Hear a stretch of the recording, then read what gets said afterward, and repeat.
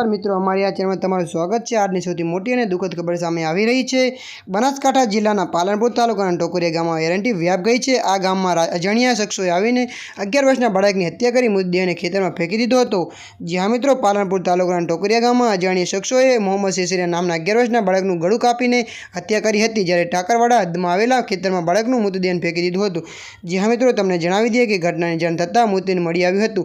આ સ્થળે લોકોના ટોળે ઉમટ્યા હતા અને પોલીસ જાણ કરવામાં આવી હતી, જ્યારે બનાસકાંઠા જિલ્લાના પોલીસ વડા પોલીસ ફાફસા સાથે જ ઘટના સ્થળે આવી પહોંચી હતી અને ડોગ રેસ્ક્યુની મદદથી હત્યારાઓને ઝડપ પાડવાની તપાસ શરૂ કરી હતી। જી હા મિત્રો, તમને જણાવી દઈએ કે 11 વર્ષના આ બાળકની કારજુક જમાલ નામના શખ્સોએ હત્યા કરીને હોવાનું વાત સોશિયલ મીડિયા પર વહેતી થઈ છે, જો કે સાચી માહિતી પોલીસની તપાસ બાદ જ સામે આવશે। જી હા મિત્રો, આજના માટે આટલું જ। જો અમારા વિડીયો તમને પસંદ આવે તો લાઇક, શેર, કમેન્ટ, સબસ્ક્રાઈબ કરી દેજો। ધન્યવાદ।